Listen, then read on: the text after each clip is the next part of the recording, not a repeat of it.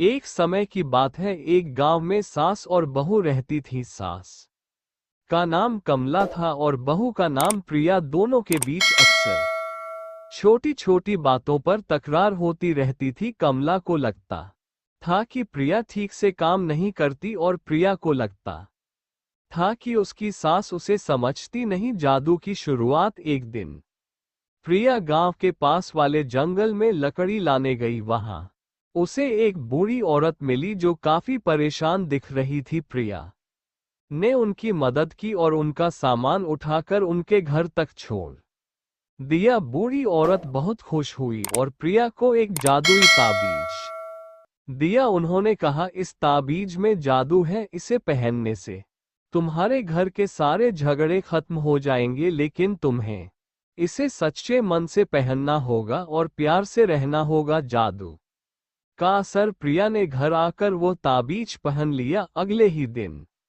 से कमला के व्यवहार में बदलाव दिखने लगा। वह प्रिया के काम की तारीफ करने लगी और उससे प्यार से बात करने लगी।